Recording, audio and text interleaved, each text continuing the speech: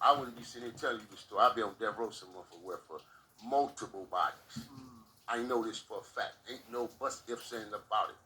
If a nigga knocked down my little brother behind this gang shit, this street shit, man, the police would have killed me. Not no niggas. Feel me? The police would have killed me. Because I know what I would have done. Yeah. It wouldn't have been no play with me. This ain't no laughter matter now. So thank God, I didn't have to go through that. But he had a busted blood vessel in his heart at 17 at basketball practice.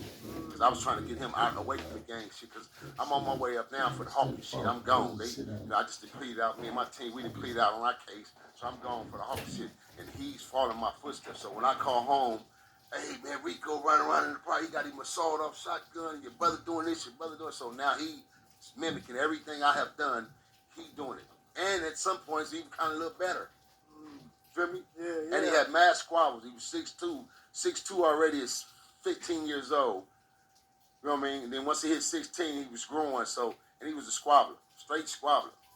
So it was like, that fucked me up because we didn't get that growth together. We didn't get a chance like other brothers did. We didn't get that chance like other siblings did that I was coming up with as homies that had brothers. You know what I mean? Yeah. And so when that separation came in my life, it was the moment of my life. And that's when I had that alter ego talk with the devil, man. And just like Uncle Spliff, how he dressed right now, that's how I dressed every day, flamed up, red flag, red everything, red. If I caught you with a purple anything in a Nixon, I don't care, male, female, like I was telling this story about, I used to see my homegirls with grape sodas in their hand, slap the shit out the goddamn can, give them some money, hey, go get your Coca-Cola or Pepsi or something. Y'all know we don't do that Merple shit around here. That's how bamboozled and brainwashed we was, though. When I got in.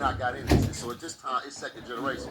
So me having influential, we taking our shit to a whole nother level than my big homies did the first generation. They was laid back players, gangsters, hustlers. Feel me? We became the hitters of the era. That's why it became the bloody 80s. So when you got in, when you was describing how the other gangsters looked with the hats and the perms and they was dressed, when you got in, you didn't do that? You didn't get a fly? You was Hell yeah, because we got that last of the 70s. So hell, fuck yeah. Oh, okay. Man, my shit was way out here to show the perm. I couldn't wait. And it's funny you say that, right? Because Kitty Kid hit us at that era, man. H know what I'm talking about. I know a big uncle know Kitty Kid hit us at that era, man. The Kitty Kid. That's when Soul Glow first came out. Before that's what took us out of pearl. Goddamn Kitty Kid. You some bitches took our hair all out and shit like that, man. The Kitty Kid was a motherfucker. Yeah. Shit wet. Everybody walking around with a spray bottle. Real true shit, man. Yeah. So man, at 17, you really jump in full-fledged into bounty hunters. At what age do you go to jail? So what I'm asking is, what's your length of time like out on the streets and really banging? Oh well, for me, again, gracefully, because God still had a plan for me and had wings on me because of my parents, even though I was rebelling against it. I didn't do my time like a lot of my homies because, one, I never did miscellaneous crimes. I didn't do bullshit crimes. I didn't fucking rob old people. I didn't go snatch elders' purses. I didn't do. If it wasn't no real money in it, I wasn't fucking with it. So I used to fuck with West Side niggas. My West Side niggas was on a whole nother ball game. Niggas till tap was getting that jewelry, hitting jewelry stores. This is how I learned from the Jungles. The Jungles was some vicious motherfuckers, man. Them West Side niggas got money, real money. So I learned a lot of shit from my relatives, Big Casper, OG Casper from the Jungles, Ghost, Cass, rest in peace. You know what I mean? All these niggas was grinders out of my second generation, so we all ran together. So when I used to leave Nixon, go to the West Side, I've been in the Jungles. The West Side niggas had the T.I., the sweatsuits, that's who taught us East Side dudes how to really dress as far as the matching everything, from shoes, socks, the pants, the shirt to the hat. So I learned diversive from the East and the West, so I had a combination of it. So when I started dressing, I was able to start dressing. I dressed like my big homies, be cleaned up, and then some days I'd be looking like my West Side niggas. I have my sweatsuit on, my gear, with a car, you know what I mean? Because I learned that from them, from the West Side cats. So after 17, like I said, 17, once I caught my first bodies and my first attempted bodies in my ADWs, is what put me in the system. Now, when I go in the system, I do time breaking up. I don't do it like 10, 20, 30. I never really got caught up like that. Thank God. But I have 2 times I beat 40 years twice and gave it back to them. I gave 40 back to Angola because I got caught up in Kansas City, Kansas for kidnap ransom. Me and my little homie, little Donald, I got caught up for that. I ended up beating the case, getting quit on to get them 40 back. I get caught up again for some old bodies they put on me, bought back up, filed on me, and then they filed some current new shit on me, which ended up with an ADW attempt again, which stretched out to about 9 counts in 1997. This is during my death row era when I was fucking with the road for a minute, and then I'm in the streets heavy, and then I had just became one of the founders of the 1992 Peace Treaty Movement. So this is how they took me out the way, because they took all 3 of us, me, Snipe, Dwayne Holmes was one of the founders from out of PJs, Dawood Sherrills, A.K. Dada, from out of Jordan Down. He ended up in the Fed, Snipe ended up in the Fed, in the state, I ended up in the state. So they took all the founders out of the movement, put us in prison. So in 97, they hit me. They came and the same police that hit OJ, picked him up, they picked me up. Same Los Angeles Hollywood sheriffs, they picked me up. You know what I mean? I can go into direct naming of the aspect of the police arresting officers, but they raided and picked me up. And I was set up by this Puerto Rican chick I used to fuck with, you feel me? And they hit me at her spot, picked me up. Can you explain what happened? Well, I had female emotional bullshit first to begin with. Straight up. That's why a lot of these cats need to learn out there, man. A lot of you youngsters out there in Disneyland, man, need to really learn, man. It's a differential between a bitch and a woman. I don't know if your daddy, if you got one, your stepdaddy, if you got one of them, your brother, your uncle, somebody. If they ain't big, what Big Cap tell you right now, homies, and the females out there. It's a separation, 2 different life categories between a bitch and a woman, a nigga and a man. And that go for any fucking race and culture. Any race and culture. This ain't no black thing, this ain't no black, white, any culture. It's a difference between a bitch and a woman, and a nigga and a man. Bitches can't do what women do. And niggas don't do what men do. They can't. It's impossible. Because if they did, we would have deadbeat fucking daddies, sperm donors, baby daddies. We wouldn't have nothing. That category wouldn't exist. Baby mamas, none of that. Yeah. So it's a big difference. You know what I'm saying? Yeah. So with that being said, it takes us into, people not understanding collectively how to separate when it comes to certain categories of things. Follow me? Yeah. I don't know if you answered my question, but so from 17 to what? Let's say 26? For it's time for me. Yeah. Oh, okay. No, well, I've been 4 years here. Okay. 3 here. 4 here again. Okay. 2 here, 2.5. Collectively all together, for us being in a system, a dub.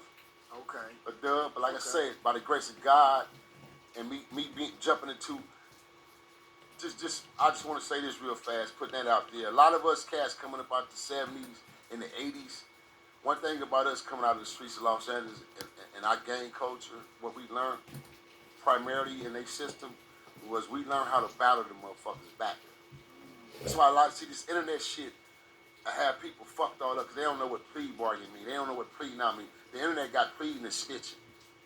No, that's a motherfucker who committed a crime and they're taking their own responsibility and their own accountability, man, in their own hands. You can fucking do that as a human, jackasses. Snitching is your honor. I swear to tell the truth, the whole truth, nothing but the fucking truth. It was Spliff. Yeah. You feel me? Yeah. Who was Spliff right there? With the polo, all that. Yeah. That's telling, man. Yeah. So who was in the car with you? Oh, shit. Ain't nobody in the room, but me and you. But shit, man, shit, man. Ace was driving. I was just in the back seat. Nigga, you just put Ace in the crime. Ace ain't even in the interrogation room. That's telling, man. Yeah. You feel what I'm saying? Yeah. So cats, they had this shit all so fucked up. So a lot of us in our era, the reason why we end up doing a lot of time in time span like that, because dudes play cleaned it out. They took deals. That's why that cat's laid down for 20 years, 15, 10, because it was best at their best interest. Or not, it was life. 30, 45. Ain't no get back. Which is being smart. So what we did, a lot of us, we started sitting in them cells and we split the game. And we went and learned the paralegal game. We became pro-pers. So my second 40 to life, where I had all them cases and charges, I became pro-per with the assistance of 2 attorneys I hired out of Pasadena. One of them I made do all the research.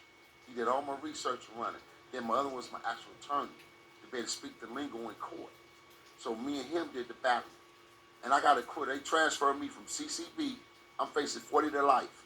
They transferred me from CCB to Van Nuys Court. Now, mind you, these is 2-hitter courts at this time of era. Got major reputation for giving niggas thousands of years. Like myself. Niggas like me, oh, you out of here. Ain't no question. You going to trial? And you know who you. Man, they finna book you. Well, that's what they want to do. Yeah. And so I went all the way 12 in the box, fighting these big charges, and got acquittal. Except 1 count. My other count, I got a hung jury in it, 8-3. So, but they came back with me and asked me time served, because you was already in the county for them in 9 months fighting it.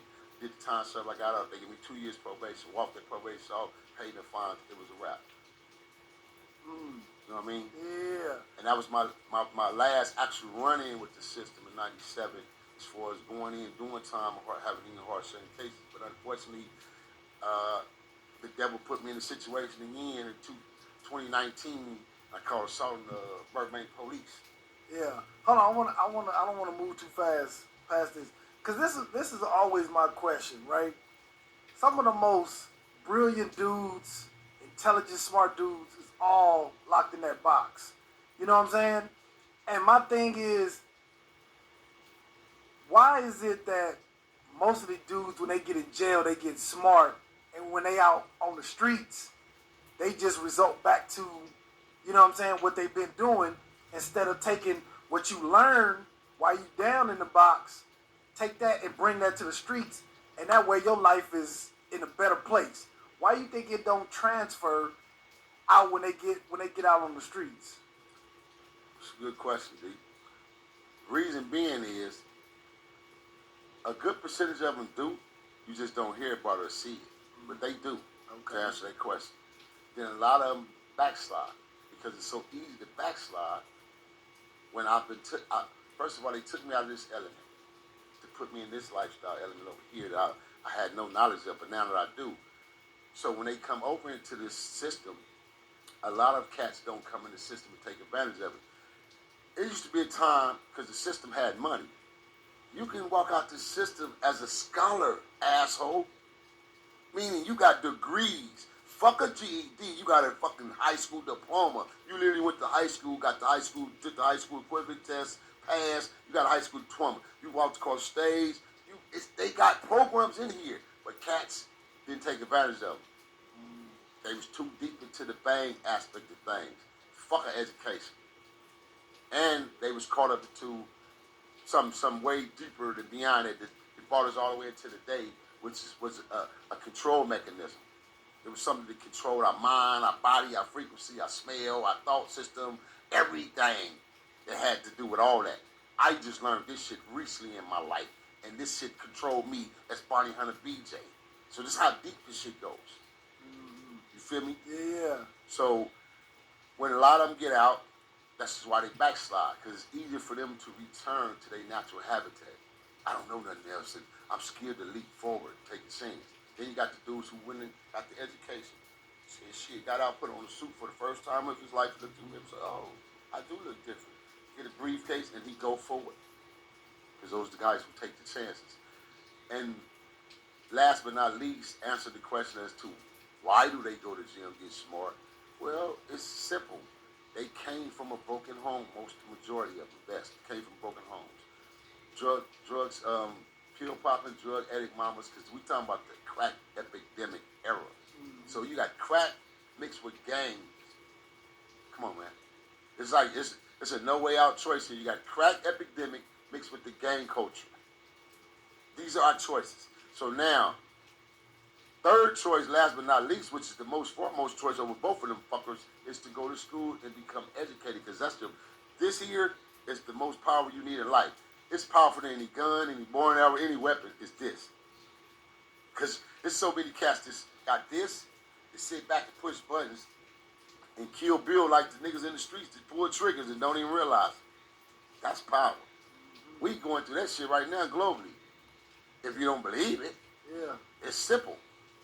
You know, when people want to talk about, oh, the government, this, Navy, yeah, but he don't come down and stand in your front yard and shoot you with a gun.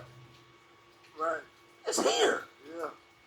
And then you do it for him. You know what I'm saying? So it's like, well, we go on with in that aspect with that. So, but that's what really makes a lot of cats go to jail and gravitate to becoming educating themselves, and then the influence from other big homies, and then like OG homies that's probably clicked into the family aspect, the organization, which is a family in there, and so dudes are influential than the Muslims. So at some point somebody may get in your ear, and then you start reading, or you gotta sell it. How you gonna read your mail when they get tired of reading your mail for you? Tell you, homie, come on, man, let me see you try to read your mail. That shit didn't happen numerous of times for cats. Didn't know how to read mail, nigga, because I used to do it. I used to write newsletters, of course, render my service, I write your letter, feel me? But I ain't doing it for free, so I used to write letters for niggas. And then, it's like, but homie, how you think your chick gonna feel when she read this letter? She talking to me, nigga. Right. I'm talking that suave shit to her, nigga. She know I'm in that nasty shit. She gonna, hold on, he ain't no freak like this. She talking to me. And believe it or not, I done busted a lot of heifers in prison, took niggas in prison like that. They the back door to niggas and find out the truth, you know what I'm saying? Yeah. So, I said, man, I try to tell you that no, it ain't your lingo on your tongue. You can't even spell them words. Yeah. You know what I'm saying? Yeah. So, so this is why a lot of them educate themselves, and then another reason, like I say, why we jumped into the law aspect of learning, self-learning yourself, was the laws, the technicalities, what the word terms mean, penal codes. Like, okay, I come hit you, I got you lit. Shit, all right, what it do? I run it down to you, you're like, cool, but then you sharp enough, and I'm sharp enough because we've been in these streets all our life, and you go, shit, okay, so in your mind, you already rotating, just like me. Okay, that's a penal code, such. Oh, shit, we get caught up in. You think about that because there's consequences behind every action. So if you not man enough to understand that, you really don't got no business in these streets and fucking around youngsters, because there's consequences behind every action. And if you think your subconscious mind doesn't tune into that, you're a fucking fool. You're a fucking fool, and I'm explaining why. You know how when you gotta go do some bad and this shit kind of tell you, nah, man, and then you end up telling your boy, man, hey, homie, I'm a pass. That 7 senses. The brain is broken into 14 senses. You got 7 negative, 7 positive, bro. One overrules the other. They can't impower together. Only one overrules the other. This is why you have good, you have bad. One of the falling categories that falls under the 7 senses is anger. Feel me? Yeah. Jealousy, envy. These are all senses. Then you got the 6 positive. Happy. Feel me? Smiling, jittery, energetic. So these things, one over-empowers, can't empower at the same time. So when that sense kicks in, this is what tell you to stand down. You going about your business. And that's the sense where we say, God did so. You damn right it was the spirit. Because that's what it is. Yeah. So when we decided to go into these setups as far as jail, a lot of us start learning the system. Oh, so okay, this crime hold 10 years. Plead it out. I can go knock down 10. And half of that is going to be 5. We didn't judge this shit down like a science. So that's why dudes was able to go in the system, out the system, because we detected this shit like science. Okay. Then a lot of cats pleaded out because of the circumstances. Yeah, okay. That makes sense. Yeah, that makes sense. Man, so at what point did you, what point you start messing with Suge and Death Row and getting involved in that? My introduction to Simon came about. Why you call him Simon? That's his name. That's his nickname. That's his moniker. Simon? A.K. Simon. It's Simon Said. That's what they used to call it. Team Death Row Card. That was the name he was Really? for himself. Yeah, because all the niggas did what he said. Simon said. Simon said, nigga. Simon said, dude. Simon said. Simon. You feel me? Okay. And it fit the nigga. You know what I'm saying? Yeah. But yeah, my introduction to him wasn't a nice introduction. I didn't come in the game with Simon as a partner, a buddy at first, or one of the homies. You know what I'm saying? Again, like I said, I'm from Watts, and that whole clan was built on the structure of east side of Compton, which was Pyru's. Originally, Lutis Park Pyru's, because that's the umbrella, that's the foundation. Anytime I speak Pyru, nothing will never come out of my mouth without speaking on the foundation and the real true umbrella of that shit. Because a lot of these youngsters out here, they got this shit misconstrued, and they got Pyru misconstrued, period. Pyru, that like the hat you got on, right? That's their color. That's standard as their color today. But in our day, we wore that. Right here? Yeah, that burgundy hat. Oh, okay. In our day, we wore burgundy. That was our colors, just bloods, period. We wore burgundy, gray, you know what I mean? Gray, prima like yellow gold, like we wore those colors. So it wasn't no separation when it came to the Pyru aspect, even though the Pyrus is one of the original blood gangs. The founders of original blood gangs in our city. You know what I'm saying?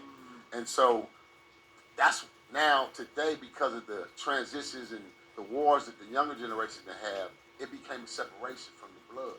So that's why you hear a lot of niggas saying, oh, Pyrus ain't bloods. Yes, the fuck they are. I'm here to tell you niggas just across the globe, you niggas. Ain't no separation. You niggas ain't no talking about we ain't bloods. Yes, you is, niggas. Feel me? You are bloods. If you gonna claim this Damu shit, nigga, you talking about the fucking P, you a blood, nigga. Feel me saying? So, and that's because the separation. The dynamics again, the controlling mechanism that I was telling you earlier. This is why I was gonna introduce you to the big homie Ace, man. You know what I'm saying? About some real strong, powerful shit when we get through with this, man. Give you a little win, some shit. Yeah. So, but and they don't understand what's being controlled and how they're being controlled. They just think it's a new hood thing. No, this ain't no new hood shit. This is all pre-designed, man, to tear our fucking ass down like everything else, man. And we don't even realize it. Then why are we out here still even talking about some gangs and gang banging? Bloods on blood murder. Now they got two bloods murdering bloods and hate bloods. We always knew in the beginning, Crips hate certain Crip sets, but it wasn't the whole Los Angeles that Crips didn't hate Crips. There was a lot of Crips got along together in the 70s and 80s. They was allies. It was only certain Crip sets. It wasn't a lot. It wasn't no 80% like today. Back then it was basically probably 10%. And there was only two really main big rival gangs. They was two of the main big Crip gangs in our hood, in our 60s region. and 8 trades, right? 60s and 8 trades, Yeah. man. Or between the Hoovers and then East Coast. Like East Coast is the Hoovers, 8 trades, 60s. You know what I mean? When you talk about big, vicious sets that had a reputation, sets that was volatile in them days, them was the gangs right there, man. You know what I mean? The Harlems, you know what I mean? West Side, and then other shit trickled down behind them over the years. But when we talk about in the beginning, these was the sets, bruh. And then when you come from Bloods on the other side, it's us, Bonnie Hunters, Antis Parks, of course the Blackstones, Jungles, the 20s, Six Dukes Brams, Harvard Park Boys. I mean, the list goes on. It was niggas. Eastside Lutis Park, LPP, Fruitown Pyrus. Before there was the mob, all that fell under Lutis Park. When everybody go to jail, just to show y'all again, youngsters out there, another squeeze of education. When you go to jail, you're Pyru, right? You say, well, I'm Lane Street Pyru, or I'm Elm Street Pyru, or I'm 4-line Bonnie Hunter, or I'm Deuce Line, Ace Line. Soon your ass go to fucking jail, nigga. I'm Bonnie Hunter. I'm Pyru. Ain't no, you break that shit, it's down to one element. Because that's what it is. So you see how the separation thing came about in society? So this shit is all watered down, it's all fucked up. So why are we in 2021 going into 2022